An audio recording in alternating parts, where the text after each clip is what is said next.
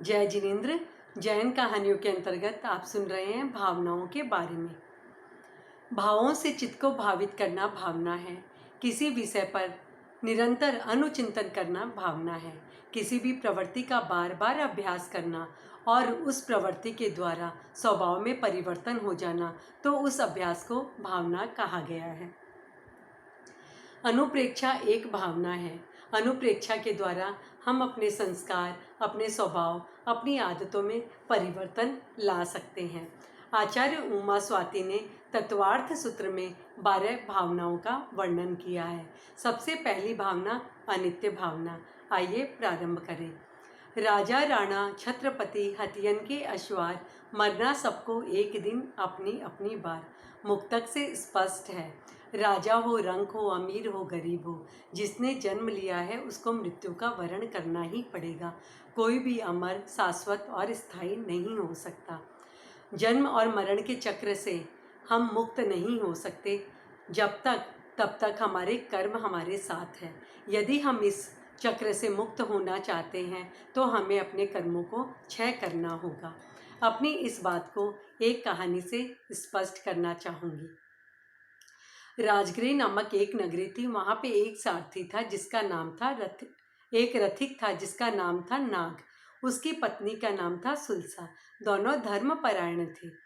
एक बार देवता सुलसा की परीक्षा करने के लिए आते हैं और खुश होकर सुलसा से कहते हैं, वरदान मांगो, मैं तुम्हें कुछ देना चाहता हूँ। इस पर सुलसा कहती है, मुझे सब कुछ प्राप्त है। लेकिन देवता के बार बार कहने पर सुलसा कहती है, मैं निसंतान हूँ। यदि आप मुझे देना ही चाहते हैं तो एक संतान दे दीजिए। तो इस पर देवता सुलसा को 32 गोलियां देते हैं और कहते हैं, एक एक गोली से तुम्हें एक संतान की प्राप्ति होगी। देवता चले जाते हैं। सुलसा सोचती है, 32 पुत्रों का मैं क्या करूँगी। इससे तो अच्छा है 32 गुणों वाला एक पुत्र मुझे प्राप्त हो जाए। वह 32 गोलियां एक साथ खा लेती है। 32 गर्भ एक साथ ठहर जाते हैं। सुलसा को अथाह वेदना होती है। वह देवता को याद करती है। देवता प्रकट होते हैं और उसे आलम्ब देते हैं, तुमने ये क्या कर दिया, मैंने तो कहा था एक एक गोली खाने को। इस पर सुलसा क्षमा याचना करती है और कहती है, देव मेरे दर्द को कम कीजिए, मेरे कष्ट को कम कीजिए। देवता अपनी शक्ति से कष्ट को कम करते हैं और जाते जाते कहते हैं, तुम्हारे ये 32 पुत्र एक साथ जन्म लेंगे और एक ही साथ मृत्यु को प्राप्त करेंगे। इस पर सुलसा कहती है, जन्म और मृत्यु किसी के हाथ की बात नहीं है। मनुष्य अपने कर्म के अनुसार जन्म लेता है और मृत्यु को प्राप्त करता है। सब अपना अपना आयुष्य अपने अनुसार लेकर आते हैं। अपने कर्मों के अनुसार सबका आयुष्य होता है। यदि मेरे पुत्रों का वियोग होगा तो मैं संभाव से सब कुछ सहने का प्रयास करूंगी। देवता ये बात सुनकर बड़े प्रसन्न होते हैं और चले जाते हैं। समय आने पर सुलसा 32 पुत्रों को जन्म देती है और बड़े होते हैं पुत्र, कुशल होते हैं और राजा श्रेणी के पास सभी नौकरी करने लग जाते हैं और एक युद्ध में सारे के सारे पुत्र एक साथ मारे जाते हैं। एक माँ सब कुछ सह सकती है लेकिन पुत्रों का वियोग नहीं सह सकती।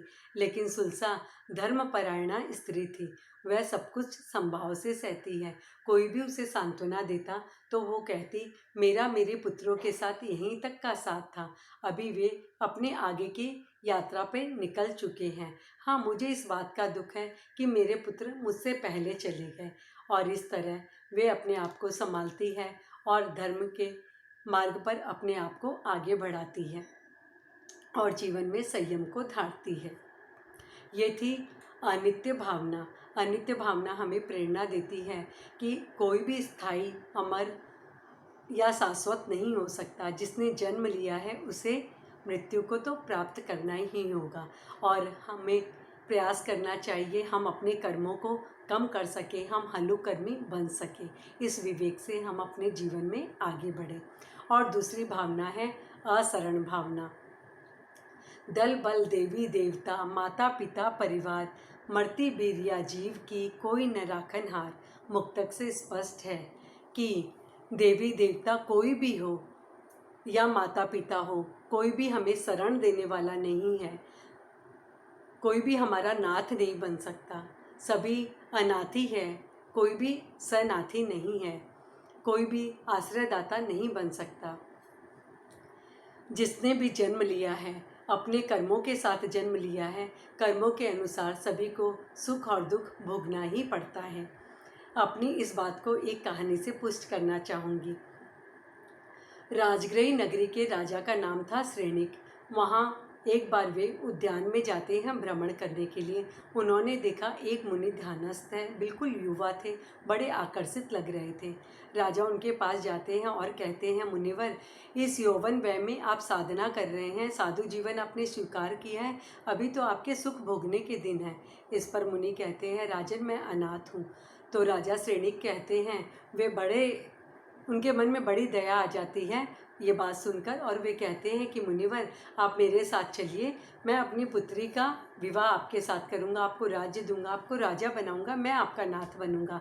तो इस पर मुनिवर कहते हैं कि आप अपने ही नाथ नहीं है, मेरे नाथ क्या बनेंगे आप, मुझे आप क्या शरण दोगे।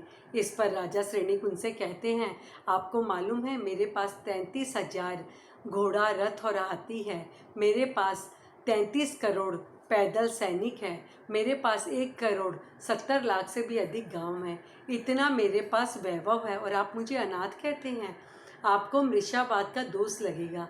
इस पर मुनि अपनी बात बताते हैं कि राजन, मैं कौसंबिक नगरी में प्रबुद्ध सेठ का पुत्र था, मेरे पास यश वैभव सब कुछ था, मेरा परिवार था, लेकिन एक समय की बात है, मेरे आँखों में वेदना उत्पन्न हो जाती है, कुछ किरकिरी मेरे आँखों में चली जाती है और वेदना इतनी बढ़ जाती है कि मैं उसे सहन भी नहीं कर पाता।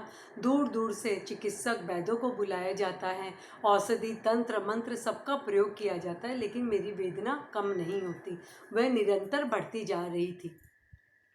मेरा घर परिवार, प्रियजन, बंधुजन सब मेरे चारों ओर खड़े थे, लेकिन कोई भी मेरी वेदना को ले नहीं पा रहा था, उधार भी नहीं ले पा रहा था। मेरी पत्नी जो मुझे इतना प्यार करने वाली थी, मेरी इतनी सेवा करने वाली थी, वो भी इस दुख में मेरा साथ नहीं दे पाई। उसने मेरा दुख कम करने के लिए आहार पानी का त्याग कर दिया, लेकिन मेरी वेदना कम नहीं हो पाई।